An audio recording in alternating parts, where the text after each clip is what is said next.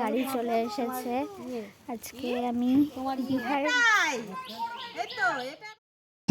তো বেরিয়ে পড়লাম আমাদের বিহার রুটে। তো সেখানে আমার দিদির শ্বশুর বাড়ি, মানে গ্রামে, বিহারে। তো যাওয়ার পথে তোমাদের এই ভিউটা ক্লিপ করলাম।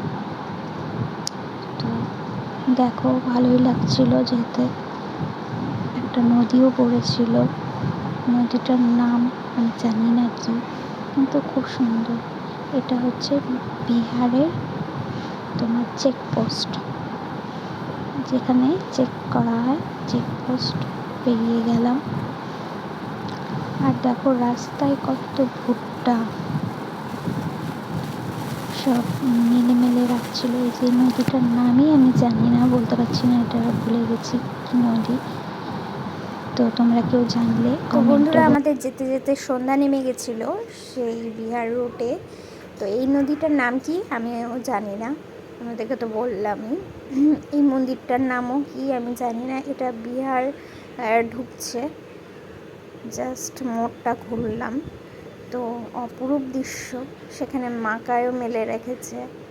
তার মধ্যে থেকে আমাদের এক পাশে রাত হয়ে গেছিলো, সন্ধে নেমে এসেছিলো, তাই চা একটু সেবা করার ছিল। মানে আমি তো খুব চা লাগান না, যারা খাবে তারা, মানে আমার দিদি, জামাই বাবু, ওরা সবাই।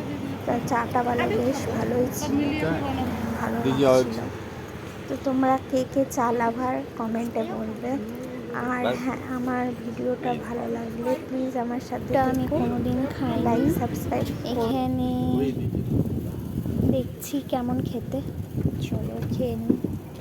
আমি প্রথম এই বিস্কুটটা খেয়েছি। তো চলো পরের ভিডিও নিয়ে চলে আসবো, বাই।